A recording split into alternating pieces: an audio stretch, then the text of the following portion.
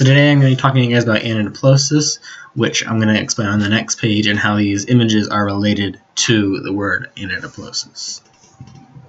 So anadiplosis is defined as the repetition of a word or words in successive clauses in such a way that the second clause starts with the same word, which marks the end of the previous clause. So that's the big Webster's dictionary. It's the fancy, super kind of difficult one to understand, so I put it in layman's terms. You simply take the last word of the first sentence and then begin the next sentence with that exact same word.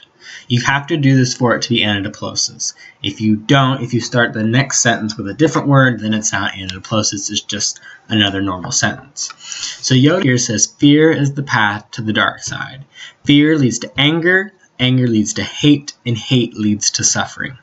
So you can see in the second phrase, he says fear leads to anger, and anger leads to hate. So we can see that he ended with anger, then started the next sentence with anger. Same thing, he says anger leads to hate, and then hate leads to suffering. So he ends with hate, and then starts with hate again. So it's anadiplosis. Anadiplosis is a Greek word which means to duplicate, or essentially to double each time you're saying it. So they're doubling each word so that they can be doubling it. And so it's anadiplosis and not such as chiasmus. So, on the next slide, we're going to give more examples to get a further grasp of it. Such as the Beatles' All You Need Is Love song. If you can listen. All you need is love. Love is all you need. So you can see that it said all you need is love, love is all you need. So it's anadiplosis because they're repeating that second word. So is it a scheme or a trope? Try to grumble and give your answer out loud, and we shall see in the next few seconds.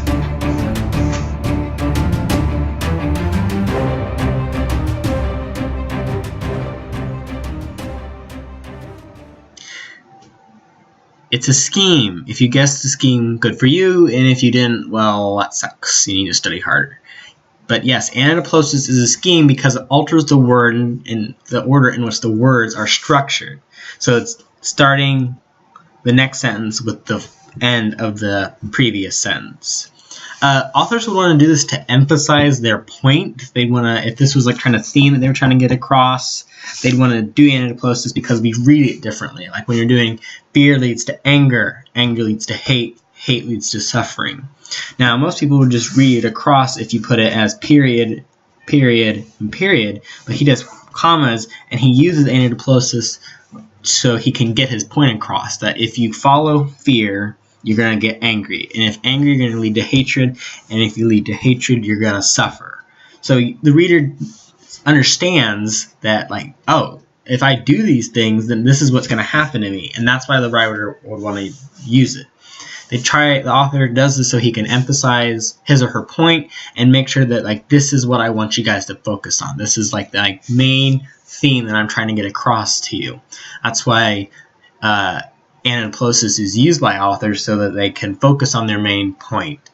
And again, anadiplosis is a scheme because it alters the structure of the word, and it's not a trope because it doesn't alter any of the meanings. It just alters the structure in which the way the words are structured, such as fear leads to anger, anger leads to hate, hate leads to suffering. It's the repetition of the end word for each, the end word for each of these sentences. So there is one more thing that we can talk about. Is it anadiplosis versus chiasmus? I'm going to talk a lot about chiasmus and the definitions of it and everything, but anadiplosis is similarly related to another figure of speech known as chiasmus. Although they may be similar, not every single anadiplosis is going to change its structure like with chiasmus. I'm not going to go into much detail so I don't step on any chiasmus' toes. So, the example, forget what you want to remember and remember what you want to forget. We see that this is recurrence of remember is anadiplosis, but chiasmus involves reversing the way the sentence is. So you can see forget what you want to remember and remember what you want to forget. So it's anadiplosis because it's repeating remember, but it's also chiasmus because it's reversing in the way the sentence is structured. So it's forget what you want to remember and remember what you want to forget. So it's anadiplosis because it's wanting to emphasize on remember, and it's chiasmus because it's reversing the way the sentence is. So this is we're excited for all the information, and thank you for listening to my presentation on anadiplosis.